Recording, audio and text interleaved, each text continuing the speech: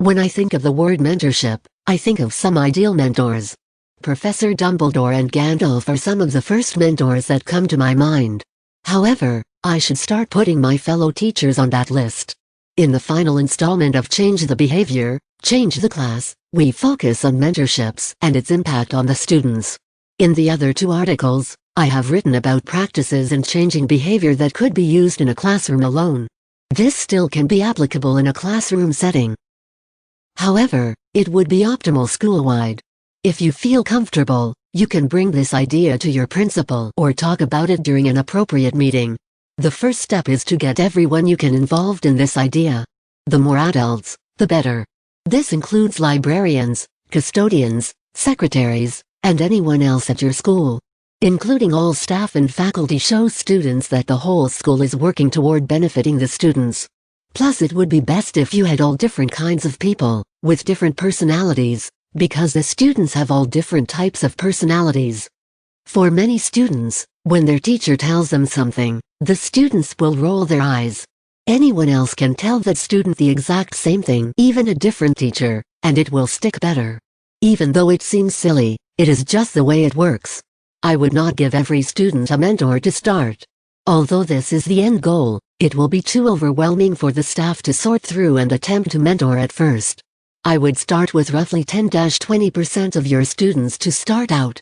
The number of students depends on your school or classroom size. Depending on your student to faculty and staff ratio, you should only have to check in on a few students. The obvious suggestion is to pick the students whom you know could benefit from having a mentor. A different way would be to choose these students with the lowest scores or grades. Note that not all of these students might not need mentorships, and you will be missing other students who need mentoring, but it is an excellent place to start. After you have found willing adults and narrowed down your students, it is time to start pairing them together. Allow the staff and faculty to choose who they want to work with. They will hopefully find someone that they have a good rapport. The mentors will be able to mentor and guide a student that they get along with more easily than someone else. You can also do this the opposite way and allow the students to pick their mentor.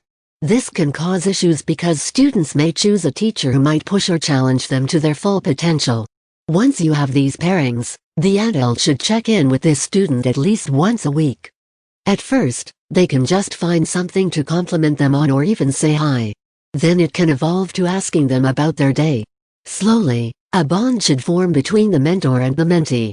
The idea is that the mentor will become an adult that the student actually likes and feels comfortable to come to.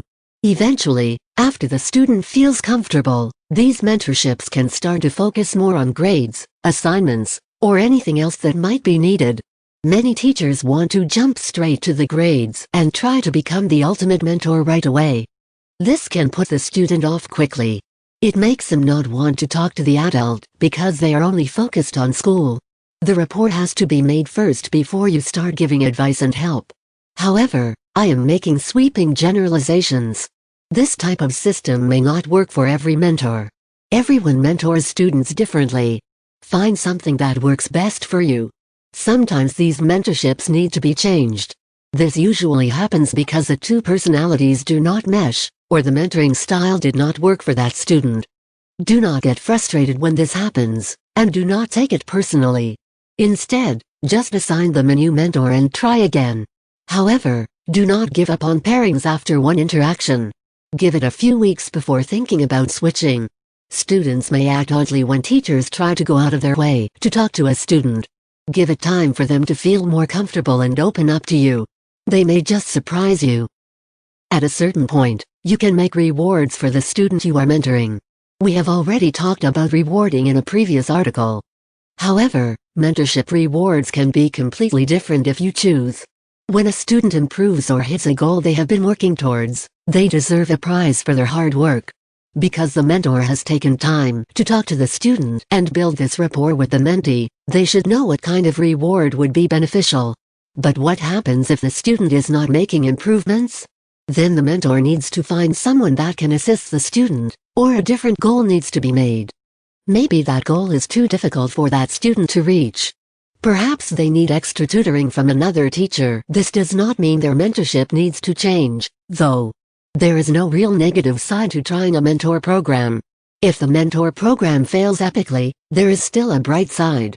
At a minimum, these mentorships allow students to feel cared about and recognized by an adult, which is something not all students get to feel. You may not get through to all of your students, but it was a success, even if this helps one student. Yes, it is extra work, but it is worth it. Next time you are watching a movie with a mentor, think of yourself like them.